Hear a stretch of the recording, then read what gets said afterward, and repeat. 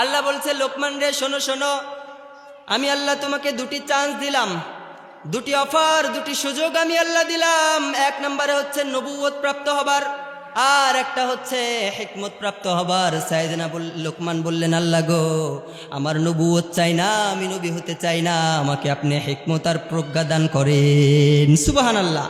তার মানে তিনি ছিলেন প্রজ্ঞাবিদ, হিকমতওয়ালা, প্রজ্ঞাওয়ালা একজন ব্যক্তি, ঠিক কিনা? এটাই প্রসিদ্ধ একটা মত। তিনি নবী ছিলেন না, তার উপরে আল্লাহ তাআলার যে কথাগুলো আল্লাহ তাকে জানিয়েছে এগুলো ছিল ইলহাম। কি ছিল বলেন? ইলহাম। যারা নবী তাদের উপরে ওহী নাজিল হয়, আর যারা ওলি, যারা আল্লাহর বন্ধু, তাদের উপরে ইলহাম নাজিল করে কে?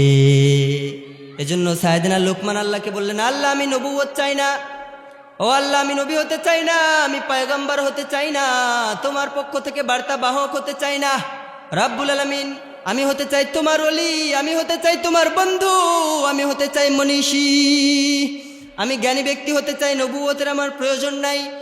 এই জন্য সাইয়েদনা লোকমান একজন মনীষী ছিলেন। সুবহানাল্লাহ পড়েন। وَإِذْ قَالَ لُقْمَانُ لِابْنِهِ وَهُوَ يَعِظُهُ يَا بُنَيَّ لَا تُشْرِكْ بِاللَّهِ إِنَّ الشِّرْكَ لَظُلْمٌ عَظِيمٌ إِنَّ اللَّهَ وَمَلَائِكَتَهُ يُصَلُّونَ عَلَى النَّبِيِّ يَا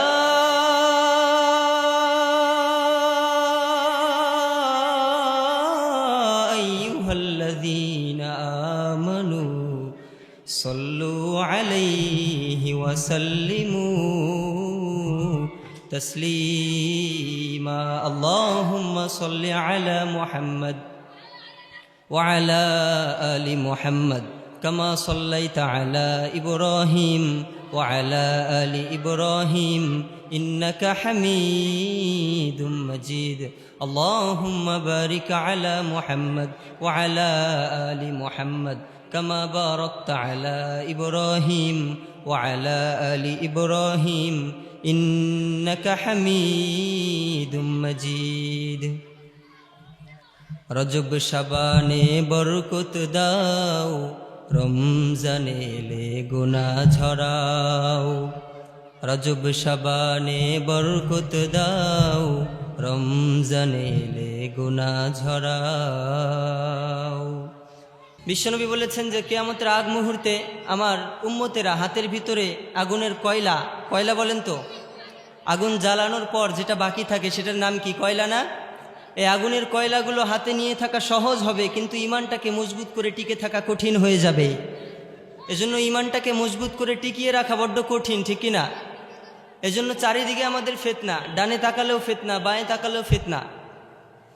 এক যুবক রাস্তা দিয়ে হাঁটছে, তো হাঁটার সময় সে মনে মনে চিন্তা করে, যেহেতু ডানে বাঁয়ে সামনে পিছনে শুধু ফিতনা আর ফিতনা, চোখের জিনা, কানের জিনা, অন্তরের জিনা, এজন্য মাথাটা নিচু করে যায়। তো মাথা নিচু করে যেতে যেতে দেখে কিরণমালার স্টিকার নিচে পড়ে আছে। আছে না নাই? কথা বলেন, আছে না নাই? স্টিকার আছে না নাই? পাখি, কিরণমালা, আরও এখন বর্তমানে যে মডার্ন যুগের মডার্ন স্টিকারগুলো বাহির হচ্ছে, এগুলো আছে না নাই? তো যুবক চিন্তা করলো যে নিচে যেহেতু স্টিকারের ছবি, খারাপ খারাপ নায়িকাদের ছবি, বাজে বাজে ল্যাংটা ছবি, তো আমি একটু উপরের দিকে তাকাই। তো উপরের দিকে তাকিয়ে যখন হাঁটে তখন দেখে 3 তালা 4 তালা আর 5 তালা বিল্ডিংয়ের উপর থেকে এক রমণী উকি মারে। আছে না নাই? এজন্য ডানে তাকান, বাঁয়ে তাকান, সামনে তাকান, পিছনে তাকান, নিচেও যদি তাকিয়ে আপনি হাঁটেন তবুও চোখের জিনা। আছে না নাই? উপরের দিকে তাকালেও চোখের জিনা। আছে না নাই? এজন্য ফিতনার জামানা। বিশ্বনবী বললেন যে মাইয়ুরিদিল্লাহু বিহি খায়রান ইউফাক্কিহু ফিদ্দিন, আমার উম্মতেরা তোমরা যদি কোনো ইসলামিক মজমায় বসো তাহলে মনে করো যে আল্লাহ তোমাকে ভালোবাসে দেখে ওই ইসলামের মজমায়, মাহফিলে, ইসলামিক জনসভায় বসার তৌফিক দিয়েছে। সুবহানাল্লাহ পড়েন। এজন্য আমরা আল্লাহর পছন্দের গোলাম। এই জন্য আল্লাহ তাআলা এখানে আসার, বসার, আমাকে কিছু কথা বলবার এবং আপনাদেরকে শুনবার তৌফিক দিয়েছে, ঠিক কিনা? সে আল্লাহর দরবারে আমরা থ্যাঙ্কস জানাচ্ছি। সকলেই চিৎকার করে মুসলমান হিসেবে এক আওয়াজে উচ্চ কণ্ঠে সিংহ শাবকের মতো আমাদের সমস্ত অলসতাগুলোকে দূর করে দিয়ে আল্লাহ রাব্বুল আলামিনের দরবারে কালিমাতুশ শুকুর, প্রশংসার বাক্য পাঠ করছি, আলহামদুলিল্লাহ। সম্মানিত উপস্থিতি, সবাই ভালো আছেন তো? আওয়াজ করে সবাই পড়েন রব্বানা লাকাল হামদ হামদান কাসীরা তাইয়িবাম মুবারাকান ফীহি ইয়া রাব্বি লাকাল হামদু কামা ইয়ানবাগি লিজালালি ওয়াজহিকা ওয়া আযীমি সুলতানিকা লাকাল হামদু বিল ঈমান লাকাল হামদু বিল ইসলাম লাকাল হামদু বিল কোরআন। আমরা প্রশংসা করলাম কার? সবখানে প্রশংসা করব কার? খাওয়ার সময় বলেন, খাওয়ার সময় প্রশংসা কার? ঘুমানোর সময়, কারোর সাথে কথা বলার সময়। আমরা যখন কারোর সাথে কথা বলি প্রথমেই সালাম আছে না নাই? আর সালামের ভিতরে একজনের নাম চিৎকার করে বলেন তিনি কে? এই সালামটাই আল্লাহর নাম, সুবহানাল্লাহ পড়েন। তার মানে আমরা প্রতিটা কাজে আল্লাহর নাম নিই, ঠিক কিনা? প্রতিটা কাজে আল্লাহর প্রশংসার দরকার আছে না নাই? আমরা যদি আল্লাহকে প্রশ্ন করি, রব্বুল আলামিন প্রতি কাজে কেন তোমার নাম নিব? খাওয়ার সময় তোমার নাম, ঘুমানোর সময় তোমার নাম, আজানের সময়ও তোমার নাম, নামাজের সময়ও তোমার নাম। আল্লাহ গো, সব সময় কেন তোমার নাম নিব? প্রশ্ন আছে না নাই? কথা বলেন। আল্লাহ জবাব দিয়ে কোরআনের মধ্যে বললেন, লা ইন শাকারতুম লা আযীদান্নাকুম ওয়া লা ইন কাফারতুম ইন্না আযাবি লাশাদীদ। আল্লাহু আকবার। আল্লাহ বললেন, গোলামেরা প্রশংসা যদি করো আমি আল্লাহ তোমাদের সব নিয়ামতগুলো বাড়িয়ে দেব। আর যদি নালায়েকদের অন্তর্ভুক্ত হও, গাদ্দারদের অন্তর্ভুক্ত হও, তাহলে আমাদের জীবনের সব নিয়ামতগুলো ছিনিয়ে নিবে কে? আল্লাহ বললেন, খবরদার, ছিনিয়ে নিয়ে আমি আল্লাহ ক্ষান্ত হব না। ইন্না আযাবি লাশাদীদ, আমার আযাব, আমার পাকড়াও, আমার ধরা কিন্তু বড্ড কঠিন। এজন্য আমরা জাহান্নামে যেতে চাই না, জান্নাতে যেতে চাই, ঠিক কিনা? আর জান্নাতে যেতে হলে সবসময় শুকর করব কার? সবাই বলেন কার? আল্লাহ বললেন, ফাযকুরুনি আযকুরুকুম ওয়াশকুরুলি ওয়ালা তাকফুরুন। গোলামেরা, তোমরা যদি আমি আল্লাহর জিকির করো, আমি আল্লাহর প্রশংসা করো, আমি আল্লাহকে স্মরণ করো, আমি আল্লাহ তোমাদেরকে স্মরণ করি। সুবহানাল্লাহ। আমরা বললাম, আল্লাহ আমরা যদি তোমার জিকির করি তাহলে নামাজ পড়ি, ঠিক না ঠিক? আমরা যদি তোমার জিকির করি তাহলে রোজা করি, আমরা জিকিরের মাধ্যমে কোরআন তেলাওয়াত করি, জিকিরের মাধ্যমে তোমার প্রশংসা করি। আবার জিকির মানে সুবহানাল্লাহ, আলহামদুলিল্লাহ, লা ইলাহা, পড়েন সবাই, সুবহানাল্লাহ, আলহামদুলিল্লাহ, লা ইলাহা, লা ইলাহা ইল্লাল্লাহু মুহাম্মাদুর রাসূলুল্লাহ। আমরা যদি প্রশ্ন করি, আল্লাহ জিকিরের মাধ্যমে আমরা তোমার নাম নিই, তোমায় সিজদা করি, তোমায় রুকু করি, তোমার পায়ে সিজদায় লুটিয়ে পড়ি, তোমার প্রশংসা করি, আমাদের জিকির মানে কোরআন, ঠিক না ঠিক? রব্বুল আলামিন বললেন, আমি আল্লাহ কোরআনকে, জিকিরকে আমি আল্লাহ নাজিল করেছি, এই জিকিরকে আমি আল্লাহ এবার হেফাজত করব। সুবহানাল্লাহ পড়েন। তার মানে জিকির মানে হচ্ছে কোরআন। জিকির মানে কি? সবাই বলেন, জিকির মানে কোরআন। ইন্না নাহনু নাজ্জালনায যিকরা ওয়া ইন্না লাহু লাহাফিজুন। এই জিকির নাজিল করেছি আমি আল্লাহ, এই জিকিরকে হেফাজত করবে একজন। চিৎকার করে বলতে হবে তিনি কে? তার মানে জিকির মানে কোরআন, ঠিক কিনা? তো আমরা যদি আল্লাহর জিকির করি তাহলে আল্লাহর ইবাদত করা হয়। তো আল্লাহ যে আমাদের জিকির করবে, কিভাবে করবে জানার দরকার আছে না নাই? মুসলমান, মুত্তাকি, পরহেজগার, ভালো করে শুনে রাখো, তোমরা জিকির করে আল্লাহকে সিজদা দাও, জিকির করে আল্লাহর জন্য নামাজ কায়েম করো। তোমরা জিকির করলে হজ করো, যাকাত দাও, নামাজ কায়েম করো, কোরআন তেলাওয়াত করো। আর আল্লাহ যে বান্দার জিকির করবে, আল্লাহর জিকির মানে হচ্ছে জীবনের সব গুনাহ খাতাগুলো মাফ করে দেয়া। সুবহানাল্লাহ। আমি তোমাদেরকে স্মরণ করব মানে আমি তোমাদের জীবনের সমস্ত অন্যায়, সমস্ত অপরাধ, সমস্ত পাপাচারগুলো মুছে দিব। সুবহানাল্লাহ পড়েন। তার মানে যারা মুসলমান তারা সবখানে জিকির করে কার? সবাই বলেন কার? আমরাও সবখানে জিকির করব একজনের। চিৎকার করে বলতে হবে তিনি কে? চিৎকার করে পড়েন আলহামদুলিল্লাহ। খুশি হলো কে? সবাই বলেন কে? আল্লাহর জিকির করতে রাজি আছেন তো?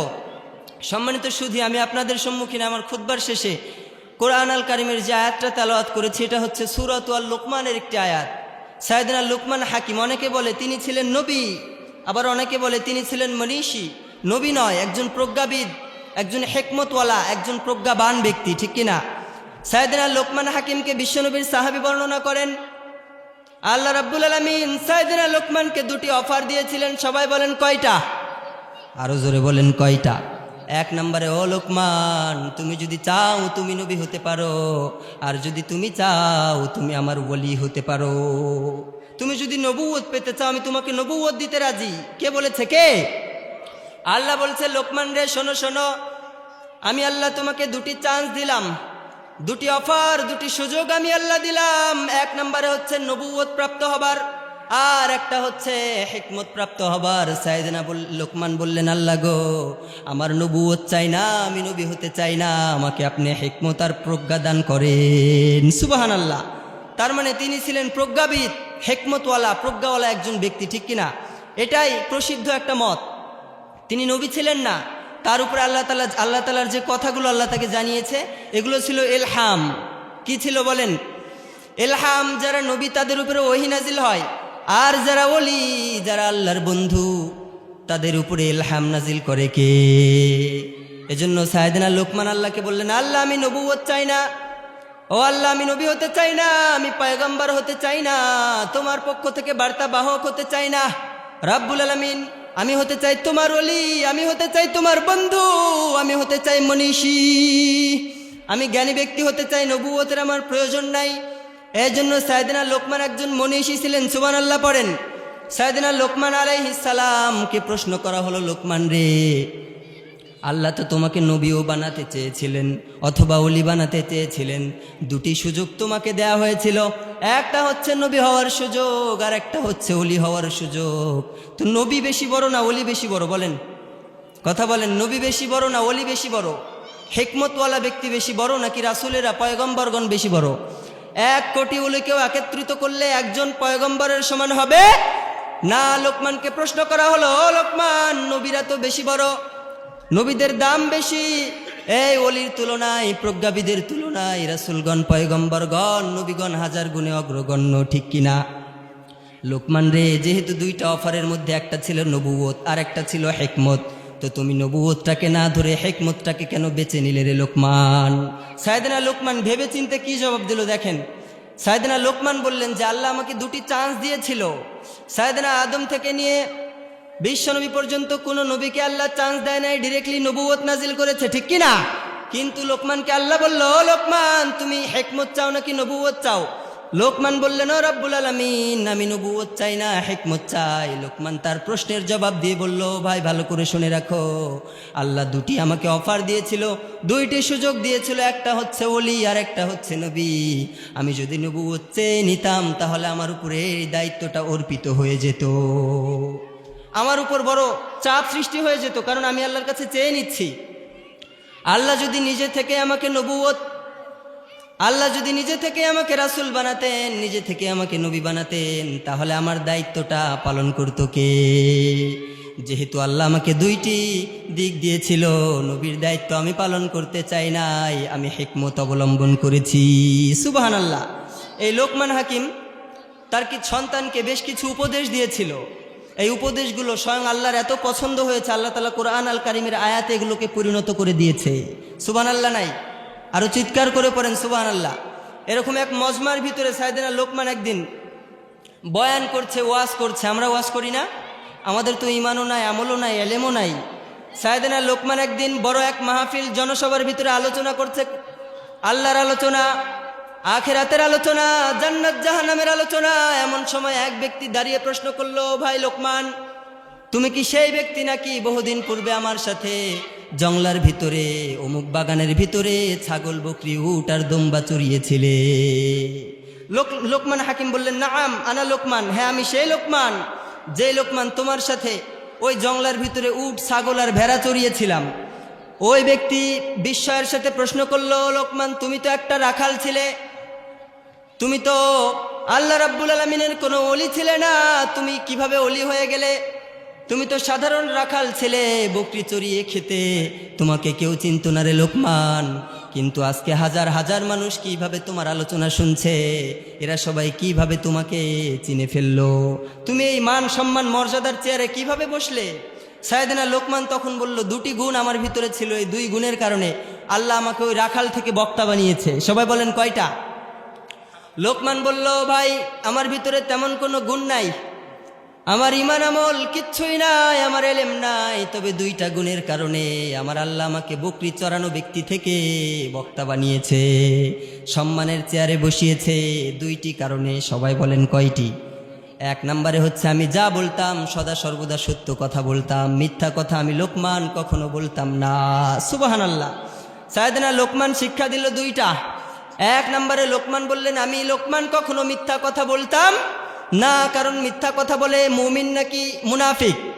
কথা বলেন, মিথ্যার সাথে আমাদের কোনো সম্পর্ক নাই। বিশ্বনবী বললেন ক্বালান নবী সাল্লাল্লাহু আলাইহি ওয়াসাল্লাম আস-সিদকু ইউনজি ওয়াল কিযবু ইহলিক আও কামা ক্বালা আলাইহিস সালাতু ওয়াস সালাম।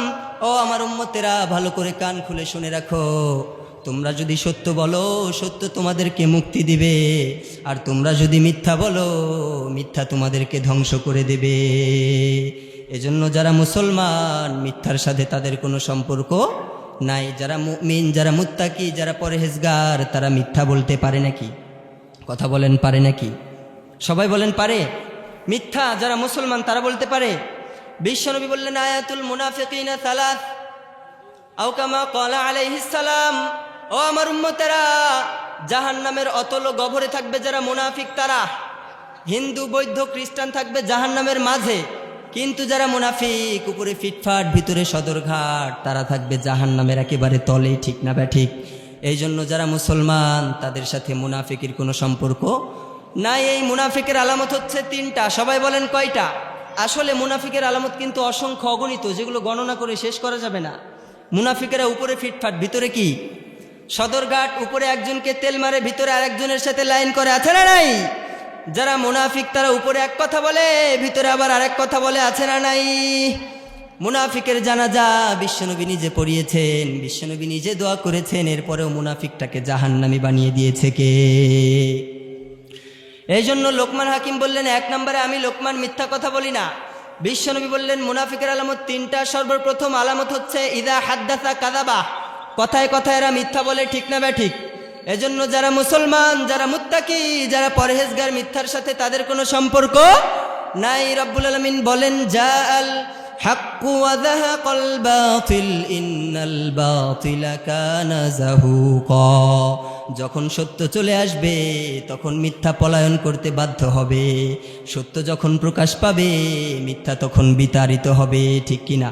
কথা বলেন। আর যারা মিথ্যা বলে তারাও বিতাড়িত হয়ে যাবে।